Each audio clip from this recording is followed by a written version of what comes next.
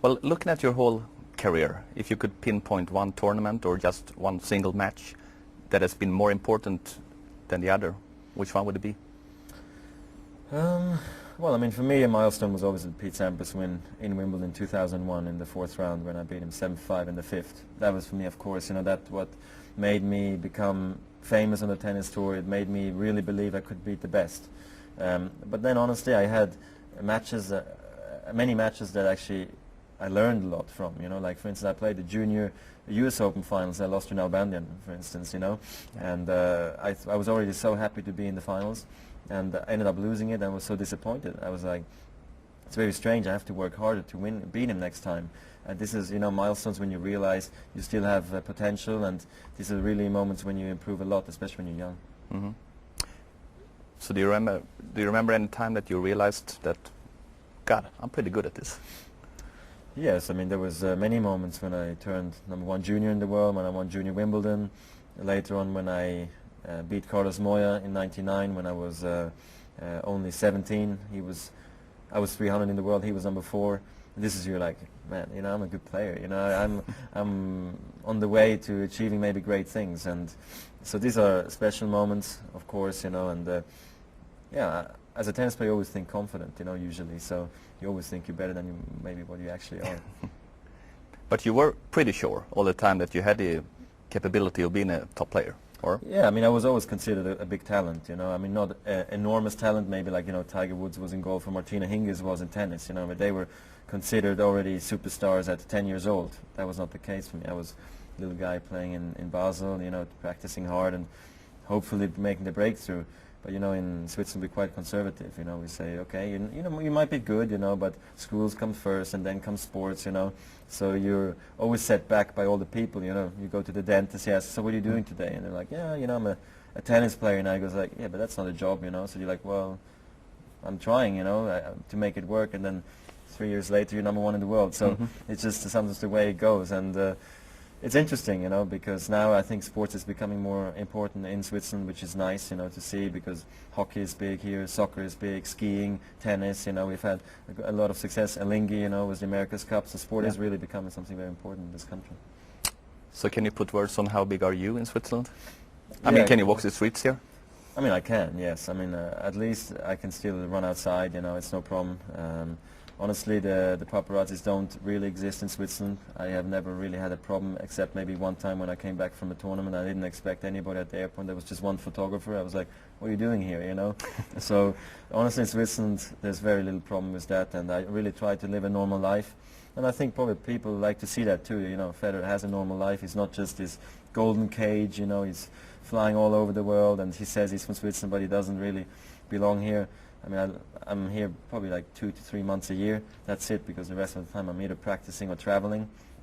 So I do like being in Switzerland, living as a normal person. Mm-hmm. Once again, looking at your career, if we turn the time back a few years, I mean, now you're pretty calm out on the field, but it hasn't always been that way, right? No. I mean, there was a time when you were throwing rackets and screaming. Tell me. It was hard, yeah. When I was younger, I was like, I don't care about missing maybe one forehand, it's okay. But the second one would get me already a little bit angry, The third one would be like, it's unacceptable. So I either have to scream, I have to throw a racket, I have to, just blame it on something, on myself or on the wind or something. Always find excuses, And eventually I just said, I have enough of this. I won't be able to play. Let's say I've got 650 matches on my belt already now on tour.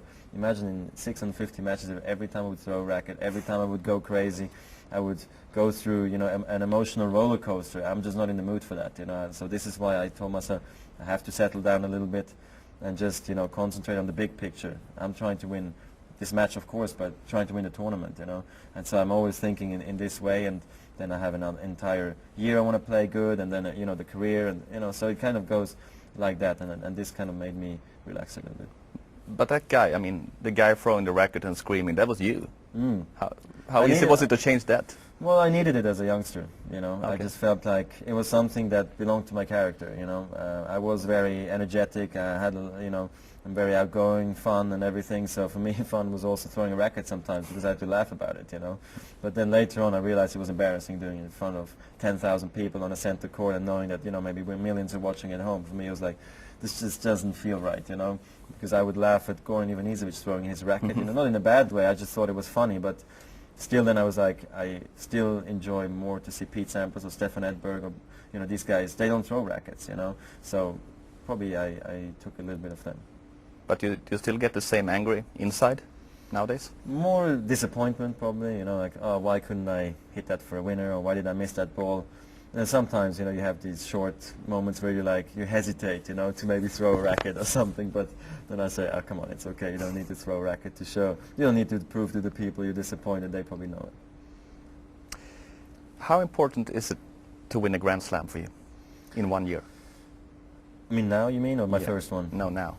No, I mean, the thing is with Grand Slam is either it can save a year, basically. You know, you can win any tournament during the year, but if you don't win a Grand Slam, from the media standpoint, you know, you've disappointed in being in my skin now, because I've spoiled everybody so much, and also myself. So for me, winning one Grand Slam is always fantastic. I think it's always a goal for me to win one. You know, if I win 2, that's unbelievable. If I win 3, it's just incredible. And if I win 4, of course, then it's just the best ever. But for me, one Grand Slam is always what I aim for, and usually it's Wimbledon, because this is the one that made me as a tennis player, as a human being almost. You know, so this is what I look for in a new year. But winning all the 4 big tournaments in one single year, is it possible? I think it is, yes, because I've been so close twice now, you know, back to back. I've won 3 Grand Slams and 1 finals of the French Open. I mean, I've been probably, if you count it down, I've probably been away by 20 points or something, you know, so it is possible, and could be also for another player, maybe for me as well, but for the moment I definitely have the best chance, and for me a big breakthrough would be, of course, to win the French Open next year.